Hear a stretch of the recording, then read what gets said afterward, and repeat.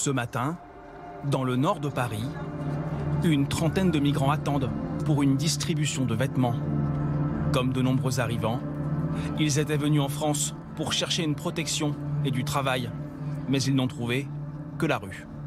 Non, je suis là, je viens ici, prendre la nourriture, le petit déjeuner, je prends la nourriture pour la journée, je mange comme ça.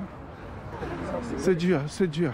Je fais du travail, mais jusqu'à le confinement, et commence le premier confinement, tout est fermé, tout est travail fermé, il n'y a rien, on n'a pas de ressources, pas de la nourriture, on doit chercher. Selon le responsable de l'association qui organise la distribution, les migrants sont très vite confrontés à un mur lorsqu'ils cherchent du travail.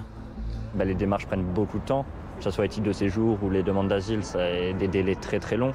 Il y a des gens là qu'on voit ce matin qui sont à Paris, à la rue depuis plusieurs années. Et factuellement, l'intégration va être plus difficile si à un moment ils arrivent à régulariser leur situation, à apprendre le français par des moyens détournés, pas par l'État. En sortant d'une période de rue de plusieurs années, c'est toujours dur de ensuite pouvoir se réintégrer dans un système plus normal, on va dire. Pourtant, face à la baisse de la natalité en France, l'immigration apparaît de plus en plus comme une solution, notamment pour financer le système de protection sociale. Exemple, la Seine-Saint-Denis, qui compte 30% d'immigrés. Le département donne beaucoup plus qu'il ne reçoit. C'est le 8e plus gros financeur de prestations sociales en France et le dernier receveur. Les banlieues, comme leur nom l'indique, elles sont à proximité des grandes villes, et notamment des grandes villes riches. Donc il y a un effet de proximité. Ensuite, parce que c'est proche, il y a une capacité de mobilité. Donc on a des gens qui peuvent se lever le matin, aller travailler dans les grandes villes, et notamment dans les secteurs qui ont besoin de main-d'œuvre très peu qualifiée.